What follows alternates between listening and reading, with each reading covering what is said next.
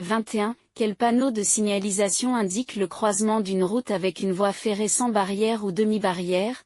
Panneau de signalisation A. Panneau de signalisation B. Panneau de signalisation C. 22. Quel panneau de signalisation sur l'image vous informe que vous avez la priorité sur les véhicules venant en sens inverse? Panneau de signalisation A. Panneau de signalisation B. Panneau de signalisation C. 23. Quelle marque sur la chaussée sépare la voie de circulation de la piste cyclable? Marquage sur la figure A. Marquage sur la figure B. Marquage sur la figure C. 24. Comment la conduite en état de préparation au freinage affecte-t-elle le trajet de réaction? Le trajet de réaction double. Le trajet de réaction est complètement annulé. Le trajet de réaction est significativement raccourci. Le trajet de réaction ne change pas.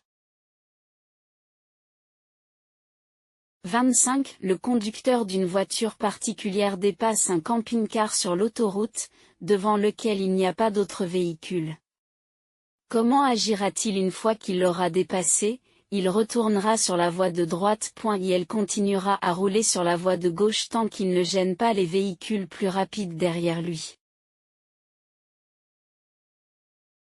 26. Le soleil est bas sur l'horizon, brillant sur les véhicules que vous rencontrez. De telles circonstances présentent-elles un danger? Oui, car le soleil éblouit les conducteurs venant en sens inverse et ils peuvent me voir plus tard. Non, car dans ce cas le soleil ne m'éblouit pas. 27. Le conducteur de la voiture bleue va tourner à gauche. S'est-il arrêté correctement? Non, car il ne s'est pas dirigé vers le centre de l'intersection. Non, j'aurais dû m'arrêter avant l'intersection. 28. Quel véhicule est le dernier à traverser l'intersection? Voiture blanche. Moto. Voiture rouge.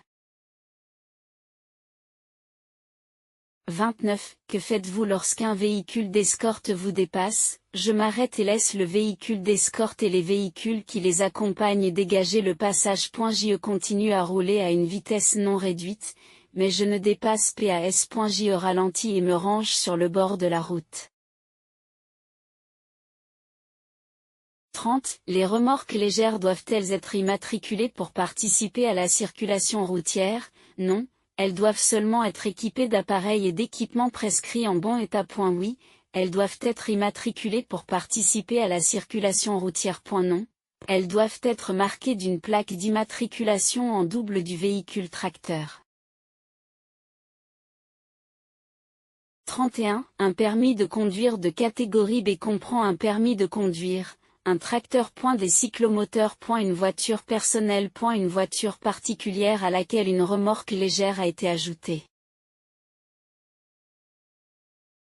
32. Dans lesquelles des conditions suivantes est-il interdit de tourner le véhicule sur la route, par temps venteux. Avec un trafic routier important. Avec une visibilité réduite. Sous la pluie.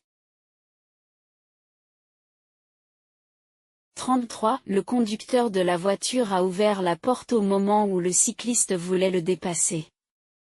A-t-il bien agi? Oui, car le cycliste doit passer à une distance latérale suffisante. Oui, car le cycliste doit anticiper l'ouverture de la porte. Non, car il ne s'est pas assuré qu'il pouvait ouvrir la porte en toute sécurité. 34. Le conducteur sur la photo a un appui-tête mal réglé. Comment cela affecte-t-il sa fonctionnalité? Il ne fournit pas le soutien nécessaire à la tête du conducteur. En cas de collision, il ne fournit pas une protection adéquate aux vertèbres cervicales. Il gêne le contrôle des angles morts des rétroviseurs. Il réduit le confort de conduite.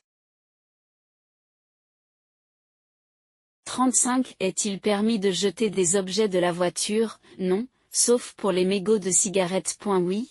Les déchets biodégradables. Oui, mais seulement ceux qui ne mettent pas en danger la sécurité routière. Non, aucun.